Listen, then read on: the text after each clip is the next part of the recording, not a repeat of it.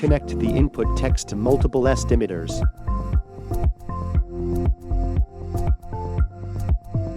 Select an estimator type and define a name for each task.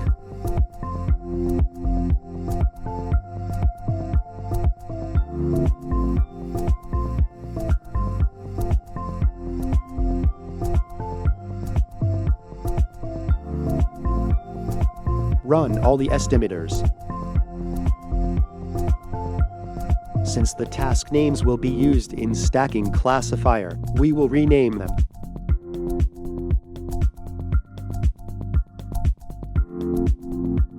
Connect the stacking classifier task to the estimators.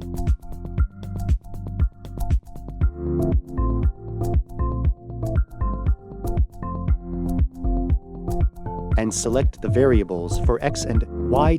For the estimators in arguments, you have to stack the estimators you created in the form of user-defined estimator name and task name. Write the estimator name for the final estimator. Run the task and check the results.